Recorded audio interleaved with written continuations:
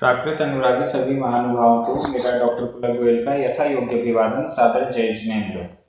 आज हम प्राकृत diploma course के अंतर्गत पाठ्य पुस्तक प्राकृत व्याकरण का चौथा पाठ तद्धित का अंतिम वीडियो देख रहे हैं।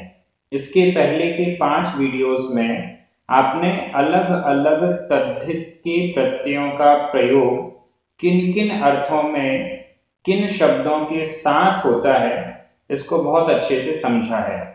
आज के इस वीडियो में 2 बिंदु क्रमशः 14 और 15 नंबर का हम यहाँ पर अध्ययन करेंगे। यह पाठ भी बहुत सरल है और बहुत जल्दी आपको समझ में आ जाएगा। चलिए पाठ शुरू करते हैं।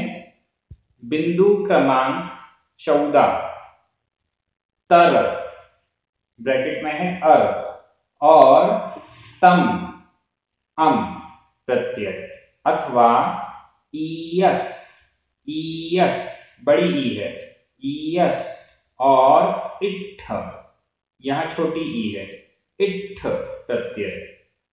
ये 4 प्रत्यय हैं तर तम अथवा ईयस और इट्ठ।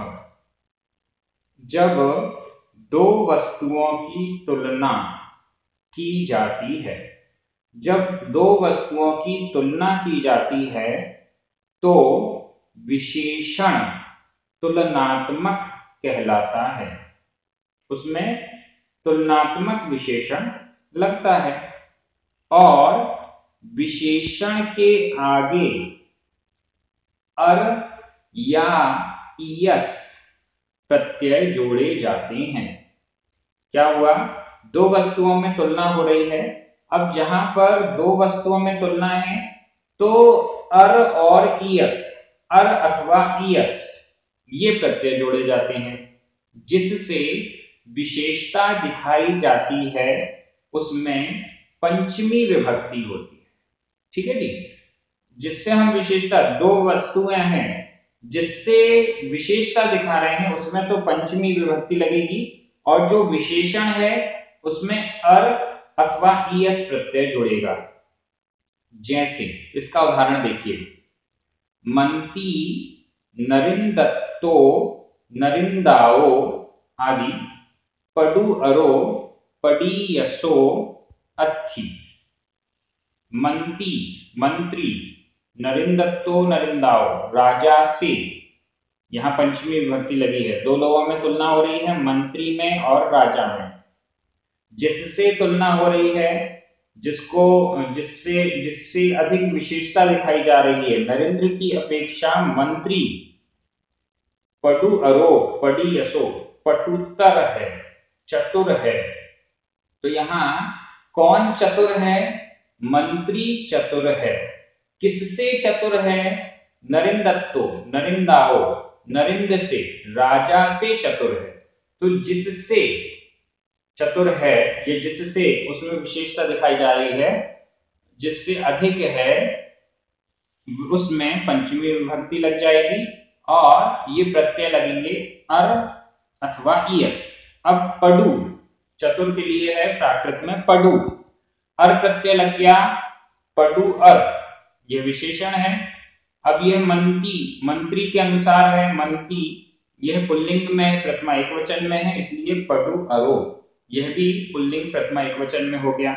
इसी प्रकार से ईयस ईयस यहां ई बड़ी है, ये जुड़ने पर पडु प्लस ईयस, डा में जो ऊ है उसका लोप हो गया और ई जुड़ गया, पडीयसो। अब आप यहां देख रहे होंगे जब पडु ऊ और आ जुड़ा तो ऊ का लोप नहीं हुआ, लेकिन पडीयसो ईयस जब जुड़ा तो ऊ का लोप हो गया, ई रह गया। उसका कारण ये है कि पहले भी आपको जो प्रत्यय लिखाया गया वो तर प्रत्यय लिखाया, तर में ता का लोप हुआ है और रह गया अर। अगर हम आ का लोप भी कर देंगे तो फिर हमें ये तर प्रत्यय दिखाई ही नहीं देगा, समझ में नहीं आएगा। अगर हम कर देंगे पडुरो पडु अरो की जगह कर देंगे पडुरो, तो फिर हमें ये नहीं समझ में आएगा कि यहाँ पर तर प्रत्यय था जिसका ता लोप हुआ है। इस दृष्टि से यहाँ पर उ प्लस अ करने पर भी उ भी रहा और आ भी रह गया। पडु अरो पडी यसो, ये तो हो गया दो लोगों की तुलना में। जब बहुत में से एक का अतिशय बताया जाता है, बहुत सारे लोगों की तुलना कर रहे हैं, उसमें से एक है जो सबसे श्रेष्ठ है।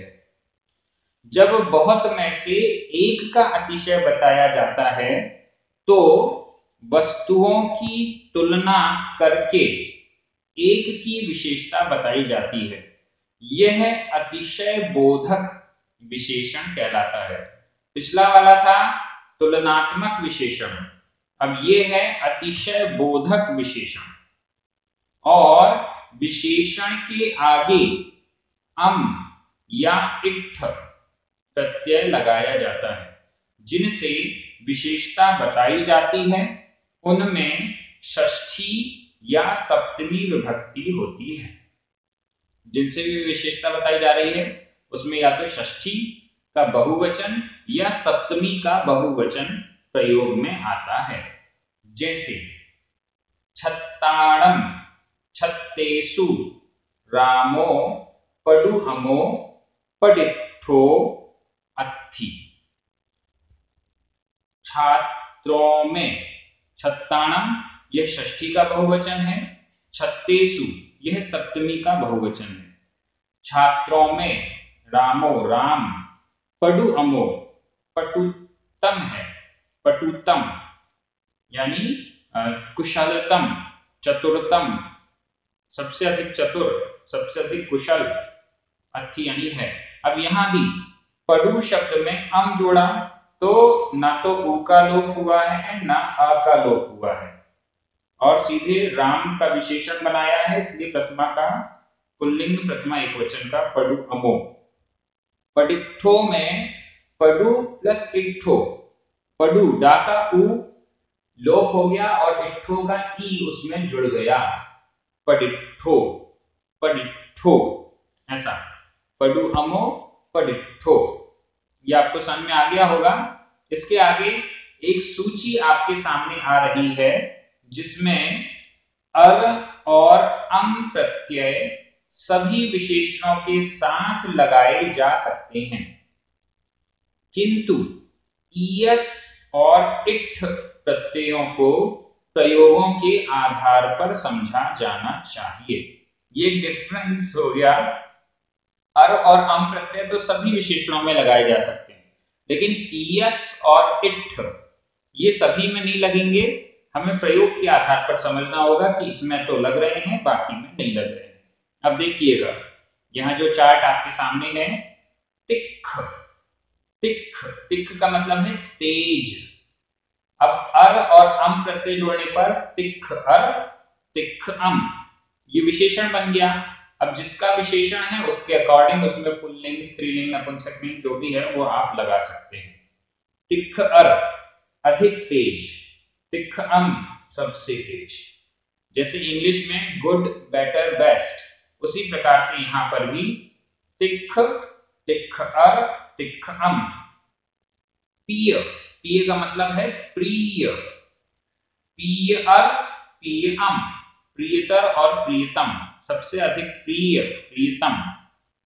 अहि अ अधिक, अहि अ अधिक, अर जोड़ने पर अहि अर, अहि अ अर, अहि अर, अहि अ अर, दो बार आ है, उच्चारण नहीं हो पा रहा है। अहि अ अर, अहि अ अर ऐसे बोलिए। और अम जोड़ने पर अहि अम, अहि अ अम ऐसे बोलिए। अहि अ, अहि अ अर, अहि अ अम ऐसे बोलेंगे तो समझ में आएगा। अधिकतर और अधिकतम। अब गुरु शब्द के साथ, गुरु का अर्थ है गुरु, गुरु का मतलब भारी भी होता है, गुरु का अर्थ। इसमें ईयस और इट्ठ प्रत्यय जोड़े जाते हैं। गुरु में रा में जो उ है उसका लोप हो गया, ई जोड़ने से उ हटा ई रह गया, गरीयस। और गुरु का गा में जो उ है वो भी हट गया। मतलब गुरु में जब हम ईएस और इठ प्रत्यय जोड़ते हैं तो ग में जो ऊ है और र में जो ऊ है ये दोनों ही हट जाते हैं।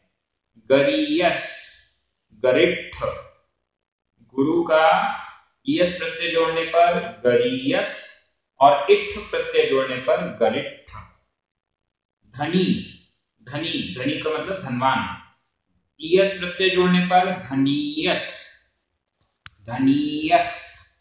ना में भी बड़ी की मात्रा है और ईएस में भी बड़ी ई की मात्रा है, दोनों मिलकर बड़ी ई हो गए, धनीयस। और इठ जोड़ने पर धनिष्ठ या धनिष्ठ, नकारा भी हो सकता है, धनिष्ठ। अब यहाँ पर धनी नाम में बड़ी की मात्रा है उसका लोप हो गया और इठ की जो छोटी की मात्रा है वो लग गई। क्यों?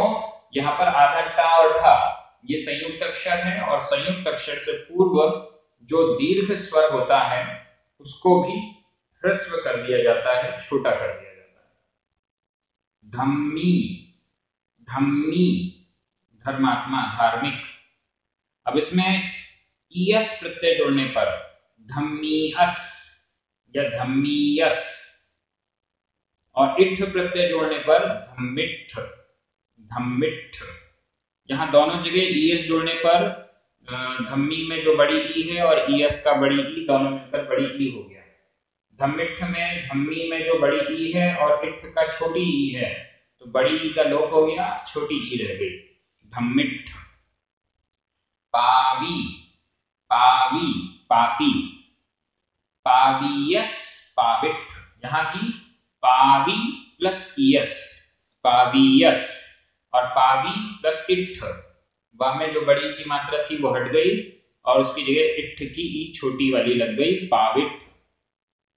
उज्जल, उज्जल, उज्जल यानी उज्ज्वल, उज्जल। इसमें अर और अम प्रत्यय जोड़ने पर उज्जल अर और उज्जल अम। अप, थोड़ा, अल्प भी हम कहते हैं, अप यानी थोड़ा। अप अर, अप अम, अल्पतर, अल्पतम। इस प्रकार से और भी बहुत सारे शब्दों में आप इन प्रत्ययों को लगाकर प्रयोग में लाइएगा। अंतिम बिंदु 15, मंत प्रत्यय। मंत प्रत्यय वान या वाला अर्थ के लिए अर्धमागधी में, अर्धमागधी के लिए मंत प्रत्यय जोड़ा जाता है। ये प्रत्यय स्पेशल अर्धमागधी प्राकृत में ही यूज में आता है। कभी कभी बाकी प्राकृतों में भी आ जाता है लेकिन प्रायः अर्धमागधी प्राकृत में इसका प्रयोग होता है। मंत प्रत्यय जोड़ते समय म के स्थान पर विकल्प से व हो जाता है। अब ये हमें मिल गया मंत और वंत, क्योंकि मंत में मां के स्थान पर व हो जाता है तो ये दो प्रत्यय हो गए। वर्ण मंत, वर्ण प्लस मंत तो हुआ वर्णमंत, और मां के स्थान पर वा हुआ तो वर्णवंत, वर्णमंत, वर्णवंत। ये पुल्लिंग में है, इसका प्रयोग पुल्लिंग में ही होता है। मंत और वंत प्रत्यय इनका प्रयोग पुल्लिंग में ही होगा। वर्ण यानी वर्ण, वर्ण वाला, रंग वाला। भग प्लस मंत, भगमंत या भगवंत, दोनों प्रयोग मिलते हैं, भगवंत या भगवंत। भगवंत शब्द का प्रयोग अपन ज्यादा देखते हैं, भगवंत का प्रयोग भी मिल सकता है। यह भी पुल्लिंग में है, विशेषण के रूप में काम करेगा। भग का अर्थ होता है ऐश्वर्य, ऐश्वर्य वाला, ऐश्वर्यवान, भगवान भी हम जिसे कहते हैं। अर्धमागधी में प्रथमा एक वचन में भगवंतों के स्थान पर भगवम भी बनता है। भगवंतों यह तो बनेगा ही प्रथमा एक वचन में, लेकिन इसके स्थान पर भगवम ऐसा भी बनता है। विकल्प से ता को लोप और आधे ना का अनुस्वार होने से भगवम रूप बनता है। ता हट गया और जो आधा ना है वो अनुस्वार हो गया, इसलिए भगवम ये रूप बन जाता है। इसी प्रकार वर्णवंतो में विकल्प से ता का लोप और ना का अनुस्वार होने पर वर्णवम, वर्णवम यह रूप बनेगा, ऐसा हमें समझना चाहिए। तो यहाँ पर कई बार अपन अर्धमागधी के ग्रंथों में भगवम ये शब्द देखते हैं, तो उसका अर्थ है भगवान। ऐसा हमें समझना चाहिए। इस प्रकार से तद्धित का यह पूरा पाठ कंप्लीट हो गया है। अगला 5वां पाठ आएगा स्त्री प्रत्यय, शब्दों को स्त्रीलिंग में किस प्रकार से परिवर्तित किया जाता है, उसकी पूरी विवेचना आपको इस पाठ में मिलेगी और बहुत सरल तरीके से आप सीख पाएंगे कि कैसे पुल्लिंग शब्दों को, संज्ञा शब्द जो कि पुल्लिंग में हैं, उनको कैसे स्त्रीलिंग में कन्वर्ट करने के लिए कौन कौन से प्रत्यय जोड़े जाते हैं। आप सभी प्राकृत भाषा का अध्ययन कर रहे हैं। यह भारतवर्ष की सबसे प्राचीनतम भाषाओं में से एक है। प्राकृत भाषा में हजारों करोड़ों ग्रंथ लिखे गए। वर्तमान में भी आज इस समय भी कई ऐसे ग्रंथ विद्यमान हैं जिनकी पांडुलिपियों का संपादन या अर्थ भी नहीं हो पाया है। आप सभी प्राकृत भाषा सीखकर ये सब कार्य करेंगे, ऐसी मैं उम्मीद करता हूँ। सभी को बहुत बहुत धन्यवाद। हमारे जो पुण्यार्जक हैं जिनके निमित्त से ये कार्य YouTube पर और प्राकृत ऐप पर परमानेंट हो रहा है, उनको भी बहुत बहुत धन्यवाद। सभी को जय जिनेंद्र।